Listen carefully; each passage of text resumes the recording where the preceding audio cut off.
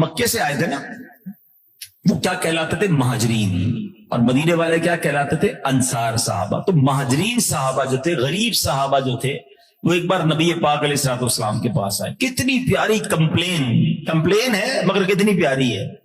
کہتے حضور مسئلہ یہ ہے، یہ جو ہمارے صحابہ ہیں، انصار صحابہ، ہم روزہ رکھتے ہیں، یہ بھی روزہ رکھتے ہیں، ہم نماز پڑھتے ہیں، یہ بھی نماز پڑھتے ہیں، ہم تلاوت کرتے ہیں، یہ بھی تلاوت کرتے ہیں، ٹھیک ہے، اب یہ صدقہ کرتے ہیں، ان کے پاس پیسے ہیں، ہمارے پاس پیسے ہی نہیں ہیں، یہ اللہ کی راہ میں خرچ کرتے ہیں، ہم غریب ہیں، ہم کر نہیں پاتے۔ حضور یہ عبادت بھی ہمارے جتنی کرتے ہیں اور باقی نیکی کے کام پیسوں سے بھی کرتے ہیں، ہم تو غریب پیچھے رہ گئے نا، ہم ان کے برابر بھی نیکیوں میں کیسے پہنچیں گے؟ آئے ہائے، یہ نہیں کہا کہ حضور ان کے پاس پیسے ہیں تو ان کے پاس گھر اچھے ہیں، یہ نہیں کہا حضور پیسے اچھے ہیں تو ان کے پاس سواریاں اچھی ہیں، بڑی اچھی خوشبو لگاتے، نہیں، حضور یہ صدقہ خیرات کرتے ہیں، ہم غریب پیچھے رہ گئے۔ اللہ اکبر، میرے آقا کی تربیت دیکھیں صلی اللہ تعالی علیہ وسلم۔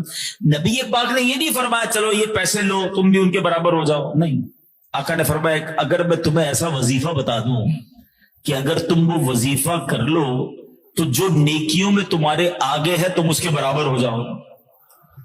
صحابہ کہتے حضور تو زبردست، اچھا ہو گیا، ہمیں بتا دیں ہمیں، کیونکہ پیسے لینے نہیں آئے تھے نا، پوائنٹ سمجھیے گا، وہ مال لینے نہیں گئے تھے، وہ نیکیوں میں مقابلہ چاہتے تھے۔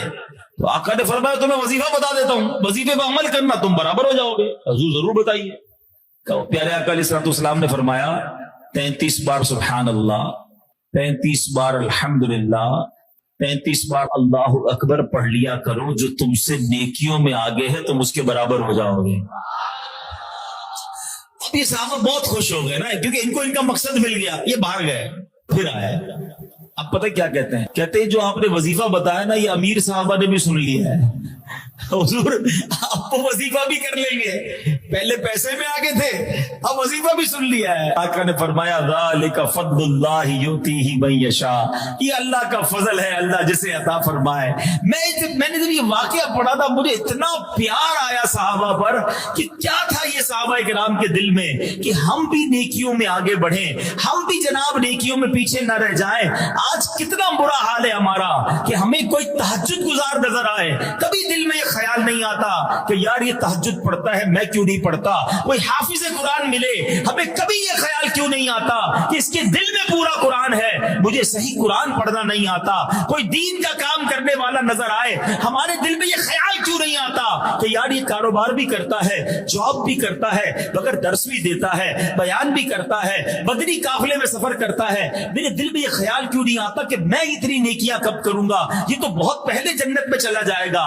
ہمیں خیال کب آتا ہے؟ جب ہمارے سامنے سے کوئی کرولا گاڑی نکل کر چلی جائے، جب ہمارے سامنے کوئی لینڈ کروزر گزرے، جب ہمارے سامنے کوئی قیمتی گھڑی والا گزرے، کب ہمارے سامنے کوئی اچھا موبائل لے کر گزرے، کسی کے نئے گھر کو دیکھیں، ہمارا دل چھوٹا سا ہو جاتا ہے کہ یار یہ آگے بڑھ گیا میں پیچھے رہ گیا۔ ہم نے اپنا ٹارگٹ ہی غلط بنایا ہے۔ صحابہ نے ٹارگٹ رکھا تھا نیکیوں کو، ان کو اللہ کی رضا حاصل کرنی تھی، ہم دنیا کے پیچھے بھاگنے والے بن گئے۔ اے میرے پیارے اسلامی بھائیوں، جو بات چلی تھی جمعے کی نیکیوں سے، جو بات چلی تھی زیادہ ثواب کمانے کا حرص اور ذہن ہونا چاہیے، وہ کمال کی بات ہے کہ ذہن یہ بنا لو کہ میں نے اگر کمپٹیشن کرنا ہے، اگر مقابلہ کرنا ہے تو نیکیوں میں کرنا ہے، اپنے سے زیادہ نیک آدمی کو دیکھ کر مجھے نیک بننے کا جذبہ بیدار کرنا ہے۔ انشاءاللہ پھر دیکھیں دنیا کتنی آسان ہو جاتی ہے۔ اللہ سے میں دعا کرتا ہوں رب کریم ہمیں نیکیوں کی حرص عطا فرما، ہمیں نیکیوں کی لالچ عطا فرما، مال کی، دنیا کی اور شہرت کی لالچ ہمارے دلوں سے دور کر دے۔ اے اللہ محبت دے دے، نیک اعمال کی محبت دے دے، تیرے حبیب کا سچا عشق عطا کر دے اور نیکیوں میں ہمارا دل لگا دے۔ اگر زندگی میں یہ حاصل ہو گیا تو پھر زندگی بڑی کمال کی ہوگی۔ اللہ کریم ہم سب کو جمعرات کی رات اور جمعہ کا دن کثرت کے ساتھ عبادتیں کرنے کی اور بالخصوص زیادہ سے زیادہ درود پڑھنے کی توفیق عطا فرمائے۔ آئیے مل کر محبت کے ساتھ با آواز بلند درود پاک پڑھ لیجئے، صلو علی الحبیب علی محمد صلی اللہ علیہ وسلم۔ ایک بہت بڑے زمانے کے ولی حضرت ابراہیم بن ادھم اللہ تعالی علیہ، بڑا نام ہے ان کا، اور آپ کے واقعات پڑھیں تو عقل حیران ہو جاتی ہے. حضرت ابراہیم بن ادم نے بھی ایک کمال کی قربانی دی تھی. آپ کے بارے میں آتا ہے جب ایک زمانے میں بادشاہ تھے, بلخ کے بادشاہ تھے, اور آپ کی بادشاہی کا عالم یہ تھا, بہت بڑا محل, بڑے وزیر, جیسے نارملی بادشاہوں کا جاہو جلال کر و فر ہوتا ہے. مگر آپ کی اصلاح کا سبب کیسے بنا کہ ایک اللہ والے, ایک بزرگ آپ کے دربار میں آئے, اور دربار بڑا عالیشان سجا ہوا تھا. تو اس بزرگ نے آ کر کہا کہ یہ مسافر خانہ ہمیں اچھا نہیں لگا. حضرت ابراہیم بن ادم نے بڑا تعجب کیا کہ میرا اتنا بڑا محل, میں بادشاہ, یہ میرے وزراء, تمہیں یہ مسافر خانہ لگتا ہے؟ کہا اچھا یہ بتاؤ تم سے پہلے یہاں کون رہتا تھا؟ فرمایا اس محل میں میرے والد رہتے تھے. اس سے پہلے کون رہتا تھا؟ کیا اس سے پہلے میرے دادا رہتے تھے؟ کیا اس سے پہلے کون رہتا تھا؟ میرے پردادا رہتے تھے. تو بزرگ نے کہا بتاؤ پھر مسافر خانہ کسے کہتے ہیں؟ ایک آتا ہے, دوسرا چلا جاتا ہے, دوسرا آتا ہے تو پھر پہلا چلا جاتا ہے. مسافر خانہ اسی کو تو کہتے ہیں. آپ کو بڑی چوٹ لگی, یار بات تو بڑی پتے کی کہی ہے, یہ تو سب چیزیں چلی جائیں گی, میں بھی دنیا سے چلا جاؤں گا. رات سوئے تو چھت پر کسی کے محل کی چھت پر چلنے کی آواز آئی. دیکھیں اللہ پاک کیسے کسی کی اصلاح کا سامان کرتا ہے. تو آپ نے کہا چھت پہ کون گھوم رہا ہے؟ اوپر سے آواز آئی ہمارا اونٹ کھو گیا ہے, وہ تلاش کر رہے ہیں. تو آپ نے کہا پاگل آدمی, کیا چھت پر بھی اونٹ ملتے ہیں؟ تو اوپر جو شخص تھا اس نے آواز لگائی کیا نرم بستر پر بھی اللہ کی معرفت ملتی ہے؟ ہائے ہائے, دل پر پہلے ہی شام کو چوٹ لگی تھی, رات کو ایک اور چوٹ لگی. آپ نے بادشاہت کو ترک کیا, اللہ کی راہ میں مال خرچ کیا اور خود ویرانے میں چلے گئے, عبادت کرنے لگے. آفٹر سم ٹائم, کچھ عرصے کے بعد ایک اور شخص گزرا, ایک اور بادشاہ گزرا. دیکھا زمانے کے بادشاہ حضرت ابراہیم بن ادم ایک دریا کے کنارے بیٹھ کر اپنی گدڑی کو سی رہے ہیں. کہا اے ابراہیم اتنے بڑے بادشاہ تھے, اتنے محل, اتنے نوکر چاکر, سب چھوڑ کر یہ کیا کر رہے ہو؟ یہ کیسی زندگی گزار رہے ہو؟ آپ کے ہاتھ میں ایک سوئی تھی, آپ نے وہ سوئی نڈل دریا کے اندر ڈال دی اور فرمایا اے مچھلیوں میری سوئی لا کر دو. تھوڑی دیر ہوئی تو کئی 100 مچھلیاں باہر نکلی, سب کی چونچ میں سوئی ہے. کوئی چاندی کی سوئی لے کر آیا ہے, کوئی سونے کی سوئی لے کر آیا ہے. آپ نے کہا یہ نہیں, مجھے میری سوئی چاہیے. ایک اور مچھلی آئی اور آپ کی سوئی آپ کے قدموں میں ڈال دی. حضرت ابراہیم بن ادم نے اس بادشاہ سے کہا بتاؤ تمہاری بادشاہت اچھی ہے یا میری بادشاہت اچھی ہے؟ اللہ کی راہ میں جب کوئی جاتا ہے تو اللہ مخلوق کے دل میں, جانوروں کے دل میں بھی اس کی عزت ڈال دیتا ہے. یہی حضرت ابراہیم بن ادم ہے. اور آپ کا ایک واقعہ سنیں کہ آپ نے اپنی زندگی کا بہت حصہ سفر میں گزارا. ایک مرتبہ بیت المقدس میں رات گزاری, مسجد اقصی میں. اب رات کسی پہر آپ آرام کر رہے تھے تو دیکھا کہ 2 فرشتے آئے. ایک فرشتے نے دوسرے فرشتے سے کہا کہ یہ کون سو رہا ہے, کون انسان ہے؟ تو دوسرے فرشتے نے کہا یہ حضرت ابراہیم بن ادم ہے. فرشتے نے کہا وہی جن کا درجہ کم کر دیا گیا ہے. دوسرا فرشتہ کہتا ہے سبب کیا بنا, یہ تو بڑے اللہ کے ولی ہیں. کا بات یہ ہے کہ یہ بصرہ میں تھے اور انہوں نے ایک دکان سے کھجوریں خریدی. کھجوریں لے کر جانے لگے تو ایک کھجور انہیں راستے میں پڑی ہوئی ملی, تو یہ سمجھے میری گر گئی تھی. انہوں نے یہ کھجور کھا لی ہے. چونکہ وہ کھجور ان کی نہیں بلکہ دکاندار کی تھی, لہذا اللہ کریم نے اس ایک کھجور کے ناحق کھانے کے بدلے میں ان کو ان کے درجے سے معزول کر دیا. حضرت ابراہیم بن ادم نے یہ سن لیا, آپ تو اٹھے اور فوراً بصرہ گئے, مسجد اقصی سے واپس بصرہ گئے اور بصرہ جا کر وہ کھجور دکاندار کو لوٹائی, معافی بھی مانگی کہ آپ کی ایک کھجور میرے پاس آ گئی تھی. اب رات سوئے, پھر 2 فرشتوں کو دیکھا ہے. اب فرشتہ کہہ رہا ہے تمہیں پتا ہے ابراہیم بن ادم کا درجہ بحال کر دیا گیا ہے کیونکہ اس نے کھجور واپس لوٹا دی ہے.